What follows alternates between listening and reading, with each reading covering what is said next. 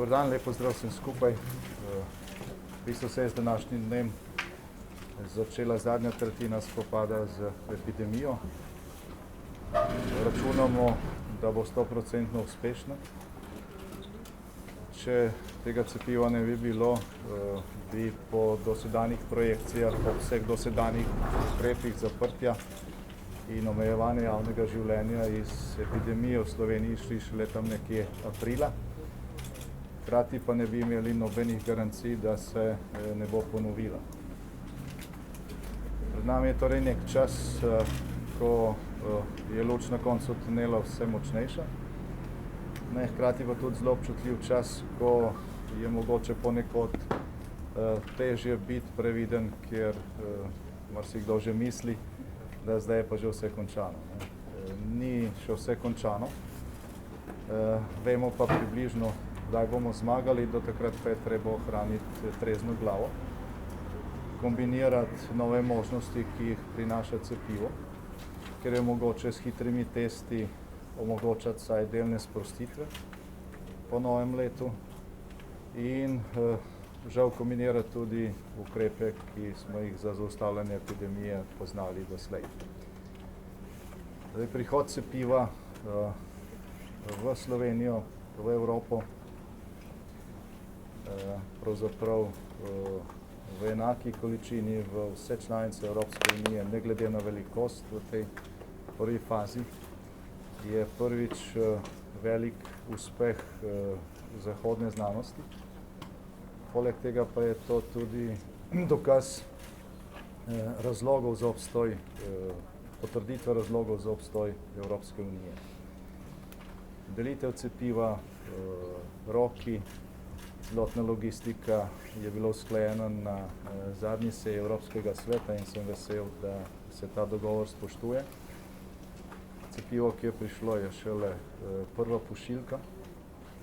V naslednjih tednih bomo v Slovenijo dobili nekaj čez 16.000 odmerkov vsak teden. Prva pošiljka, ki bo dopolnila to, ki smo jo dobili včeraj, bo prišla že naslednji teden in vsaka pošiljka bo okrepila naše možnosti v spopadu z epidemijo. Naj povem še to, da je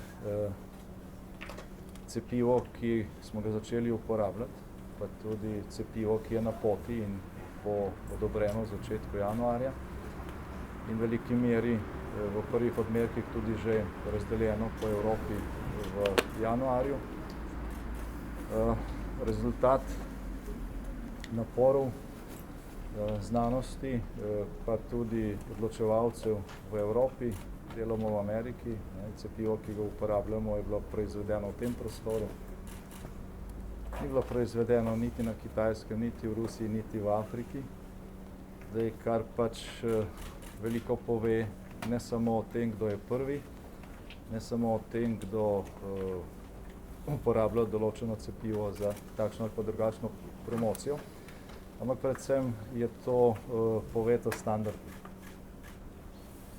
Se pravi, ko gre za tako pomembne stvari, od katerih je odvisno življenje, ne gre samo za to, kdo bo prvi, gre tudi za to, kdo bo varen, gre tudi za to, komu zaupamo in gre seveda tudi za to, da se ob uporabi cepiva ali kakršnih koli podobnih posegov uporabljajo tudi visoki etični standardi.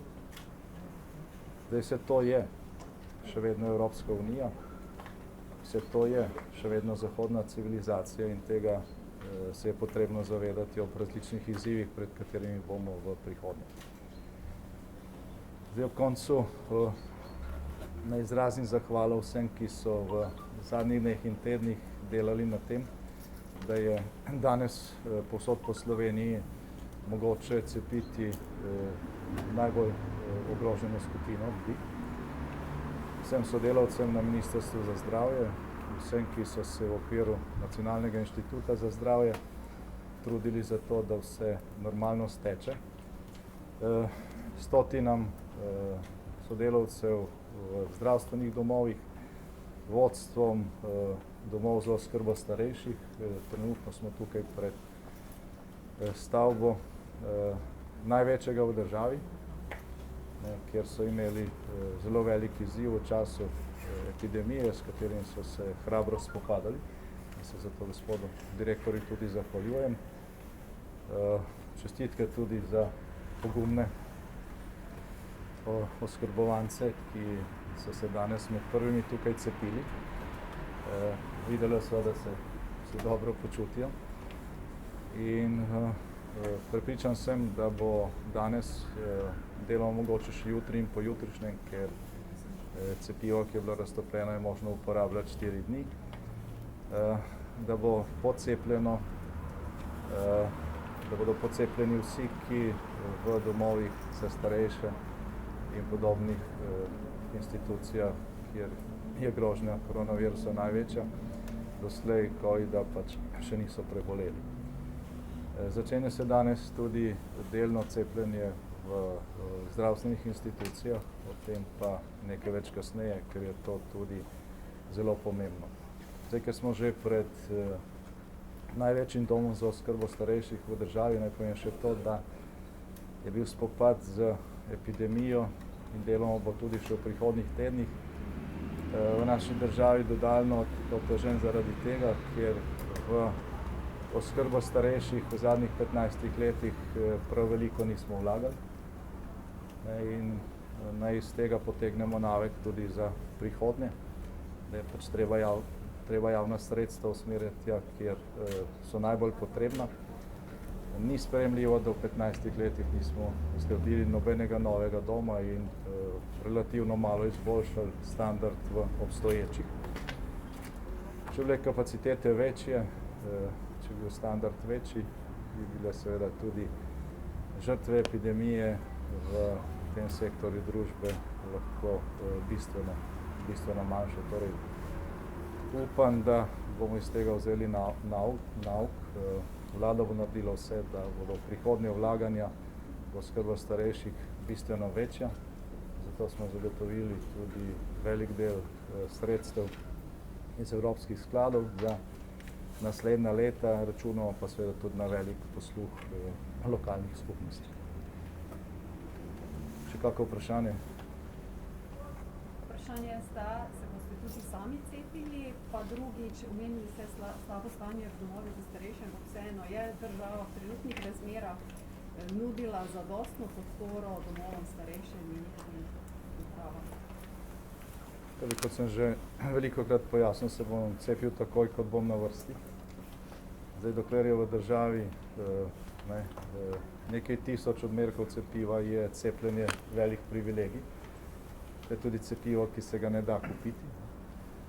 In je zelo prav, da tukaj upoštevamo vrstni red, kakršnega je soglasno določila stroka, ne samo pri nas, ampak praktično v celotni Evropski uniji.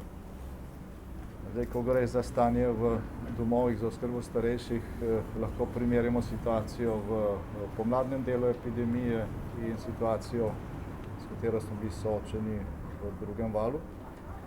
Zdaj, spomladi je bilo teh okužb v nekaterih domovih sicer veliko, ampak je bilo teh domov malo.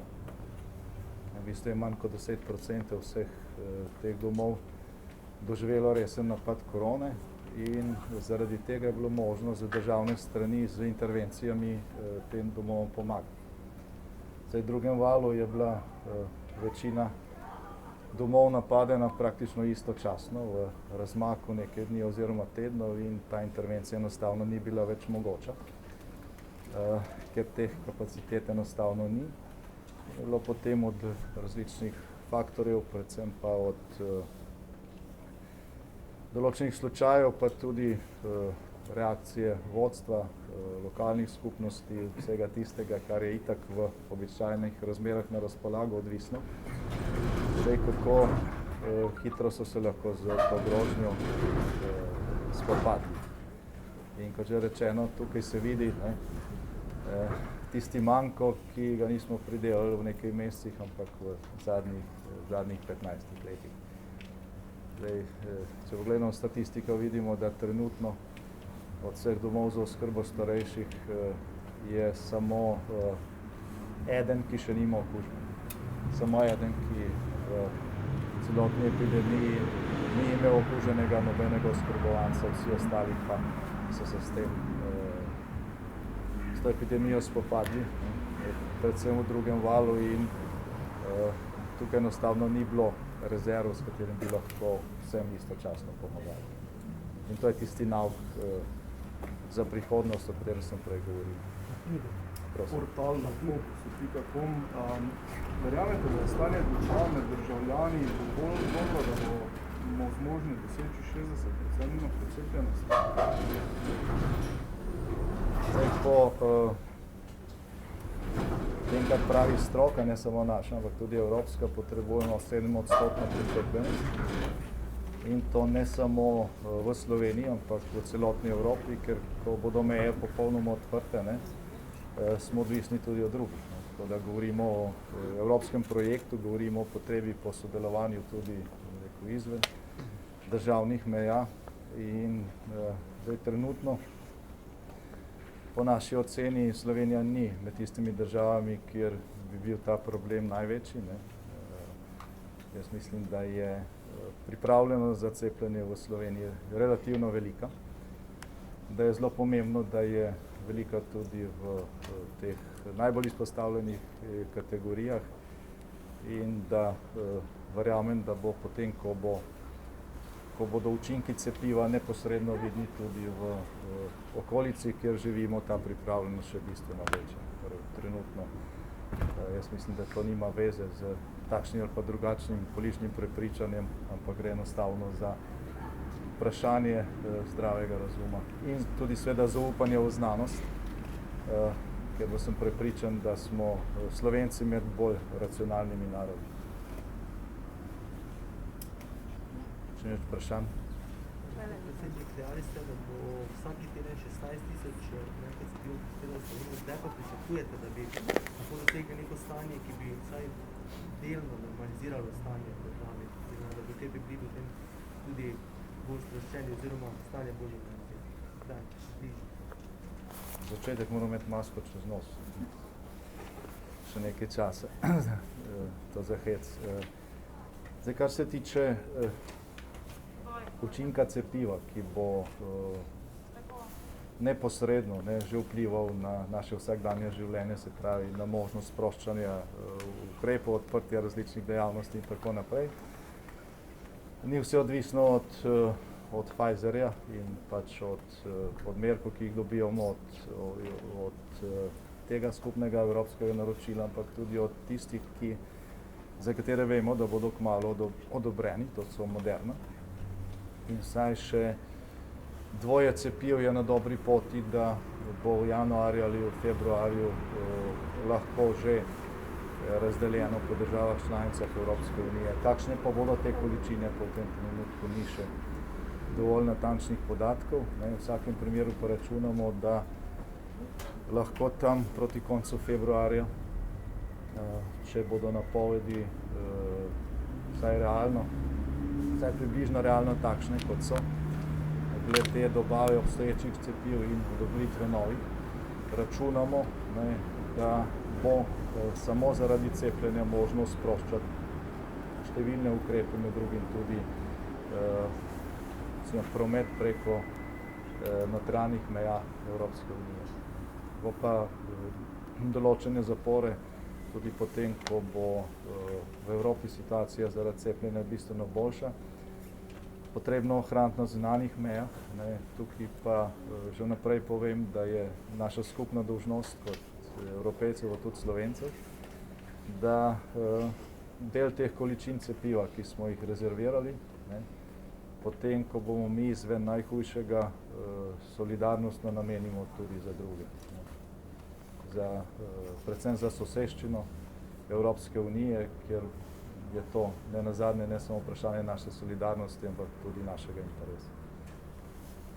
Hvala lepa. Se imamo še eno izjavo glede zdravstva, če bo interes. Hvala.